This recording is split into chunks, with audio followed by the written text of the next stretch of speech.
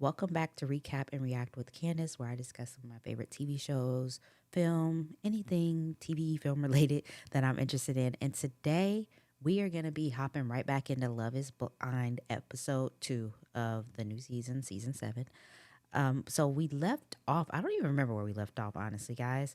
I think we left off with Hannah breaking up with Nick and then finding out that that actually Leo has another connection with Brittany. And so now she's kind of like panicking, like, oh, did I break it off with Nick too soon?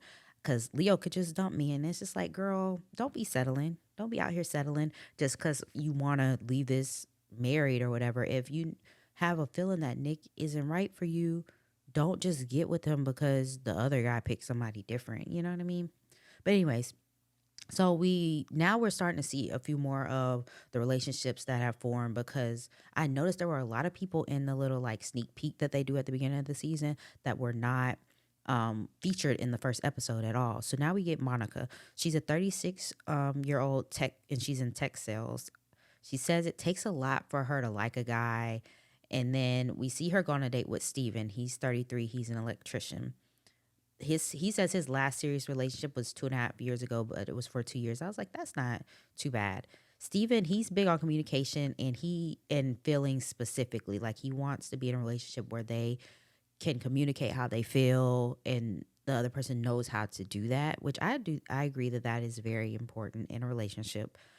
Monica, she's wanting someone that's not expecting perfection. So she's doesn't want somebody that expects their partner to be perfect, which I feel like is a theme with a lot of these women. I mean that's fair to want out of a partner for them to not expect you to be perfect. Steven believes you like someone for their qualities, but you love someone for their flaws. I was like, okay, that's a good way to put it. It's like I like you for the X, Y, and Z, but it's like I love you despite all some of these flaws or whatever. Um, I think that's a good way to put it. I just I don't know. Well, I don't trust Steven, and we're gonna get to it. So then Steven, he divulges that he cheated in his last relationship. So he said something about he didn't feel like he deserved her. So that led to him sliding in some other woman's DMs. Steven, like, it's not adding up. Like you don't deserve somebody, so you're gonna just slide into somebody else's DMs. Like that doesn't make sense. But Monica seemed receptive, like not she didn't seem like she was necessarily okay with it, like she would be fine with that in her relationship, but she was saying like she felt like she saw that he had grown from it, and things happen for a reason and she's big on forgiveness. So she seemed all right with it. He says he wants to take her on a date after that. And a pods date, obviously, because they haven't seen each other yet. So he wants to have like a special pods date with her. So then we get back to Hannah, and she's telling some of the girls about her combo with Nick, breaking it off and everything. And she said she requested a date with somebody. I thought she was saying Leo, but then we see her go on the date with Nick. So I don't know, but all the girls were like, you, something was telling you you should break it off with him. Like you did what was right, but she's just really second guessing it. And I think it's just like, I think Hannah just fears rejection. I think she fears rejection and she's worried that, Leo might pick Brittany and then she's going to be left single and she's quit her job to come on this show. You know what I mean? So I think that's really more so what it stems from. So then we get Brittany and Leo. They go on a date. So I don't think Brittany had really realized how deep Leo was in with Hannah. So, because this whole day, it was rough watching Brittany, even though I'm not really a fan of her character on the show, like what she's looking for. And I don't know, maybe if it's a man that's looking to be that to her, like more power to you. But based on what Leo is saying, at least to her, he does not want to just have a trophy wife. But then based on what he's saying to the other guys, he talking about how he got money all the time. So I don't know. So basically, she goes to Leo and just say that she accidentally said his name in front of Hannah. She didn't do it on purpose. She didn't mean to. Leo, he ain't really worried about it. He moves on from it. He's kind of like, I got a crush on you or whatever. And then Brittany, now she's like talking about she's sad. And I'm like, whoa, the man just said he had a crush on you. Like, what are you sad about? And so apparently she, I guess, is like starting to realize he really had a deep connection with Hannah. And I guess she thought he didn't have any other like deep connections. But then Leo says that he's falling for her, but not ready to say the L word yet. And she just keep boohoo crying, whatever. And so Leo says before their date that day, that she was his number two, but after that date, that they are both his number one, meaning Hannah and Brittany are number one to him, like they're on the same level. And I'm like, why would you say that to her? Like she already crying. So now I think that didn't really help to reassure her as much as he thought it would. So she was really struggling. I could just tell she was struggling with the fact that he had another connection. I think because she doesn't have other connections, but she doesn't have other connections because she wants a man to just pay for everything for her. And these guys, at least the ones in the pods, that's not outside of Leo. I don't know if any of them are willing to do that. At least the ones that she's interested in, because we don't really see her have any other connections. So then Hannah gets a date with Nick. She feels like she might have made the wrong decision. She's telling him, like, I don't know. I feel like I might have made the wrong decision. Nick is basically expressing to her that, he was hurt that she broke off things with him. And she says she thinks she just hurt him before he could hurt her. Basically, she was like, let me break up with you before you can break up with me type thing. And I don't know. Like, I get that. I don't think people that do that, it's wrong, because if you just really have a feeling like this person is going to, like, you have a bad feeling like that this person's going to hurt you or they don't have good intentions, like, you shouldn't stay in that situation. So I don't really blame her for doing that. I don't think she was wrong for doing that. But then she also tells him that people, talking about the girls in the quarters, were telling her that she should end it with him. So she did. And he's like, wait, so you just did it because other people were telling you to do it, basically. And so now that's not okay. It's okay if, like, you on your own, you really have this strong feeling that he is not going to do right by you, and you're concerned about that, because that's not just gonna go away. And this is, especially in this sort of experiment where it's so quick, like, you need to feel confident, or some sort of confidence. You know what I mean? If you're having that doubt and you're supposed to end up marrying this person like that, that's not good. So then she's just saying that she's worried that he might be disappointed in her when they meet. So she's worried about the reveal. She's worried about, like, is he going to be attracted to her? I think she's worried about her body type, which I don't think anything's wrong with her body, you know what I mean? But she's worried that he's expecting, like, some really small girl, because she did mention how she was like a cheerleader and stuff in high school. So he just might have a certain expectation, and she's worried about him being disappointed in how she looks. I think she's a pretty girl. So I don't know. Nick is asking her to give him a chance because he wants her. He insists he doesn't care how she looks. He's not concerned about that. He loves her personality. He just wants her.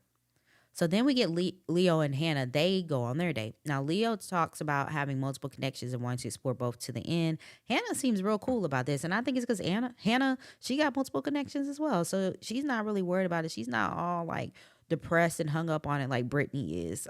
They have better chemistry, in my opinion, Leo and Hannah, than Leo has with Brittany. Just like their banter, the ease of their conversations is not so serious. They, like, I don't know. And everybody looks for something different in a relationship. But, like, for me, I know my husband, it was like with him, I could be very reserved when in terms of dating and stuff. But with him, I was comfortable immediately. And so I felt like that was, and he instantly, like, became my best friend. We laughed, we joked, just had fun together. And I feel like that's what Hannah could be for Leo. But I don't know. I don't know, because he seems to be really into Brittany, because I think he knows that Brittany is going to be similar to what he's used to. Brittany's comfortable because he knows he feels like he knows what to expect with her. But I do think Hannah is a better fit for him. I think she could be long term.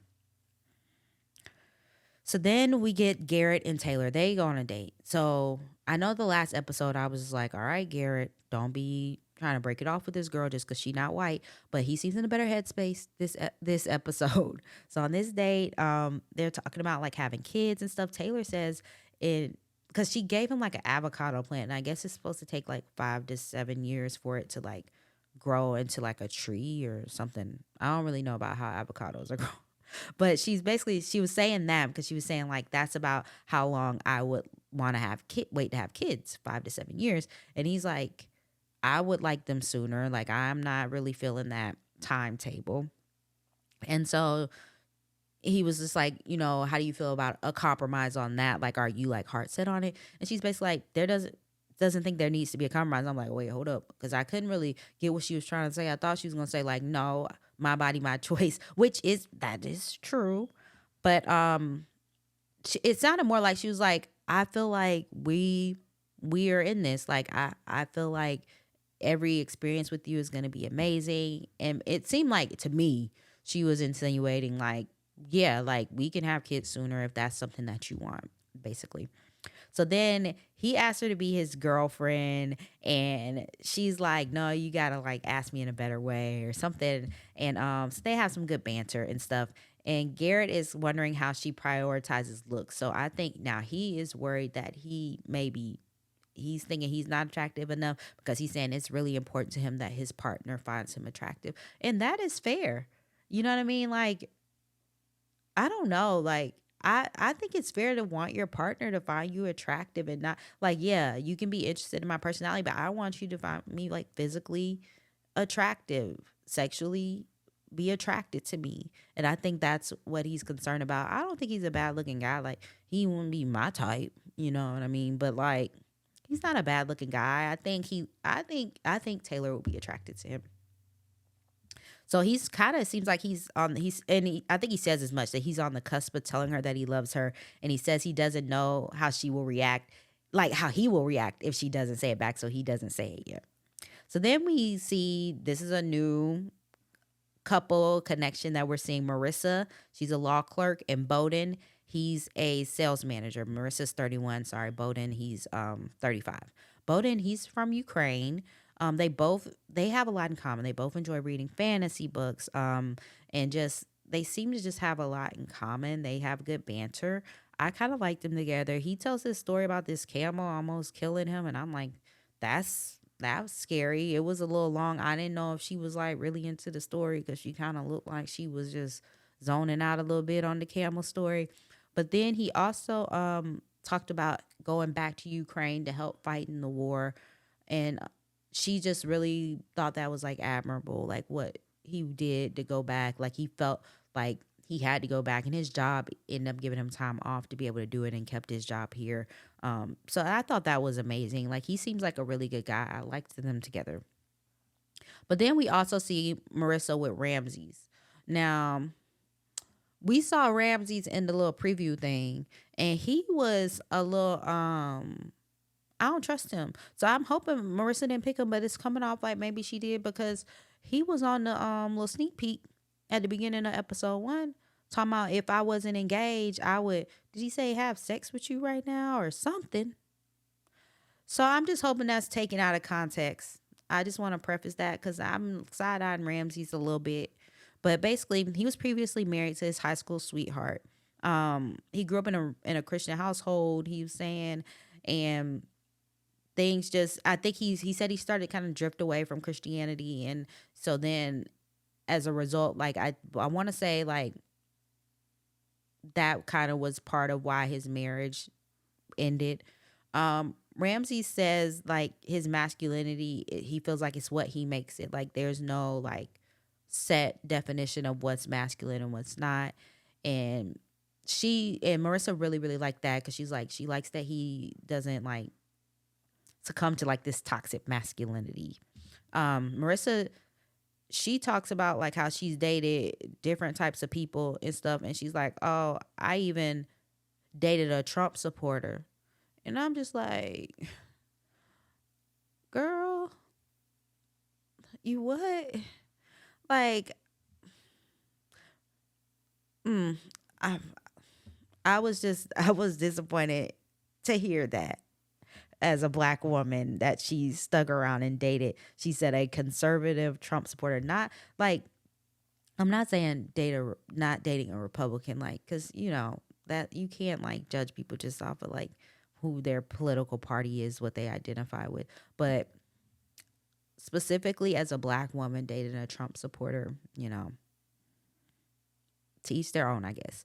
Um, you can tell Ramsey's like Melissa's the one. Marissa, I mean, he feels like she's the one for him. So he wants to propose. He kind of like, oh, what would you say if like I propose? And she would just say she needs more time. So that's what we get from them. We see that Garrett sends Taylor some sunflowers because in their date earlier, I didn't mention this, but she did mention those were her favorite flowers. So he sends her some sunflowers and like asks her to be his girlfriend in the cute little like grade school, check yes or no or whatever. And so she sends the note back. So that was cute. So then we get Tim. Remember, he's the 32-year-old content strategist, and Alex, she's the 32-year-old fashion content manager. Tim, he went to Norfolk State to be in the band. I thought that was cool because I was in marching band. So I was like, oh, he's in the band. He eventually went to the Navy, and I think they were insinuating like that he didn't finish college, and so Alex, she doesn't think that going to college is everything. Like that's not the end all be all. Whether or not you go to college, she did go to college, but she talks about how her grandfather was high up in the Nation of Islam, and so they don't really believe in going to college, so he didn't want her to, but she did it anyways. And so she just gives a lot of like backstory on her. They talk a lot about religion and stuff, and so they're really getting into like some of these important conversations that you need to have if you're going to spend the rest of your life with somebody. You want to have kids with them because you want to be grounded in the same like morals and values if you're going to be raising children together as well. So he talks about, last episode, we heard about him losing both of his sisters. So he does talk about how the first sister passed away. She had lupus, so she died of complications with her lupus. And he gets really emotional. Alex is getting emotional. And I liked how she supported him through it and just heard him out. And I like how comfortable he feels talking to her about these things. So I'm feeling pretty good about them as a couple. We don't see as much of them as we see in some of the other couples, so I don't want to like automatically say they're one of my favorites. But I so far I liked what I was seeing from them. So then we get another date with Garrett and Taylor. This is the proposal date. It was really cute. She reads him a love letter from her grandfather to her grandmom. So like her dad had passed her down all these letters from that her grandparents used to write back and forth these love notes. And so she reads that one of the notes to him, and is basically the love note from when her granddad was proposing to her grandma, which I thought was really cute. He's basically speechless. I'm like, oh my gosh. I was a little nervous because I was like, why is he speechless? Is he like realizing he don't feel as strongly for her or something like that? But I think he was just overcome with emotion, and he actually ends up proposing on this date, and she says yes. So that's our first engaged couple, at least based on the timeline in the show. We don't know if they really were the first ones to get engaged, but based on what happened in the show, they're the first engaged couple. So good for them. Um, then we get Monica and Steven. They're going on another date, and she's basically like, okay, it's time to like get into. She's like, I don't know how to ask this, but she just comes out now. She asks if he voted in the last presidential election, and so we know where this is going. And based on the roundabout way he went about answering it, I already knew what he was gonna say. Now it wasn't as bad as it could have been, but I knew it wasn't gonna be good. So his dad is a Republican, and he's basically like, my dad will always vote Republican. So that, for me, I need to know how close y'all are as a family. You know what I mean? How close are you with your dad? I need to know, as a black woman entering a relationship with a white man whose dad is a diehard Republican, that regardless of how racist one candidate is, he is going to vote Republican. I need to know, like, are you close with your parents? because like if it comes down to me or your dad, like are you gonna stand up for me?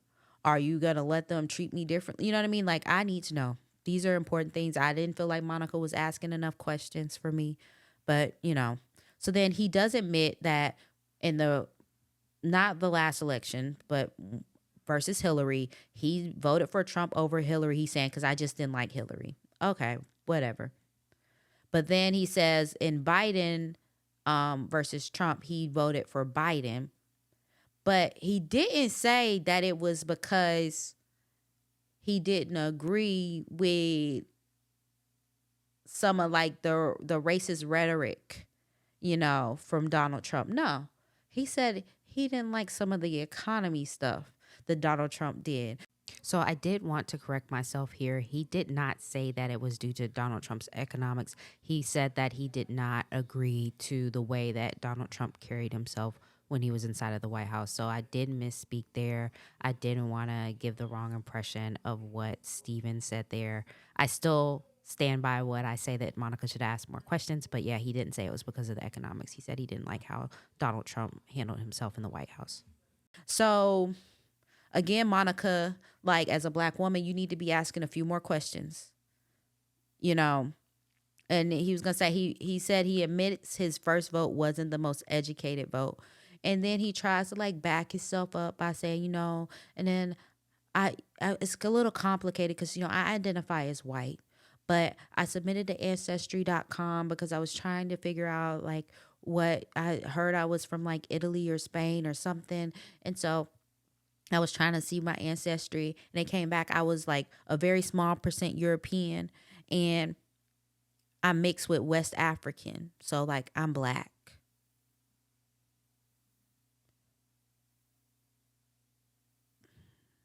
I don't know. I don't trust this man. I don't trust this man with Monica. I I hope she's asking more questions than what they're showing us on camera. I honestly do, just for her sake. So then that's what we see of that date. Now the main event for me, my main event, Tyler and Ashley A. So they have a cute little date. He's doing like a little silent party, music party. So they have like the headsets and stuff. And he wrote her a prayer for them to bless the food because he had ordered them like chicken wings and all that stuff. It was real cute, real cute. I'm loving them. Okay, I hope. I think they'll like each other real because they're both attractive, you know. And she already knows like he's mixed because how there are some black women like who want like a fully like black man. You know what I mean? Not saying it like that, but you know what I mean. Like they're not even used to dating like mixed men, but we do. Like she knows that already, and he's still her number one. So I'm hoping that they both like each other when they get to the reveal because I know the proposal's probably coming next episode. So they have he says a wonderful prayer, just the best prayer. He talks about wanting to be more comfortable praying out loud. And I struggle with that a little bit too. So my husband says most of like our prayers like at night. Like I pray on my own silently, but like we pray with our son every night when we put him to bed, and he says all the prayers. Usually I'll say it sometimes, or like if I'm putting in the bed by myself, obviously I'll say it too. But like I do get a little insecure like praying out loud too. So I understand where he's coming from a little bit. They have their little silent music party. He has to play this really nice, like really sweet R&B song, and she's getting emotional. And he basically tells her that he loves her. Then she doesn't say it back. So I don't know if they've been saying it or what, but she didn't even really fully acknowledge that he said it. So I don't know. Like I'm like, have they been saying it and they just didn't show us? I don't know. But he's like that he loves her and that she's safe with him, and he just wants to protect her no matter what happens. He's going to always have her back for life. Like he'll always be he'll always be there for her no matter what. So I thought that was really sweet. She was really emotional. I'm like, my God, Tyler, he's down bad. He's down so bad for Ashley, but I really like them. And I'm really, really hoping it works out. I'm hoping it works out for them. So then we get Taylor and Garrett reveal. We don't get the full reveal. They just kind of like tease us with it a little bit. It was basically a lot of nothing, just a little, them talking it up or whatever. But I was just ready for them to see each other because I don't know. I'm just hoping. I'm hoping she likes him. I think she will, but we'll see. So yeah, that's where we ended episode 2. Now I need to go watch episode 3. So I'll see you guys in a little bit. Talk to you guys. Bye.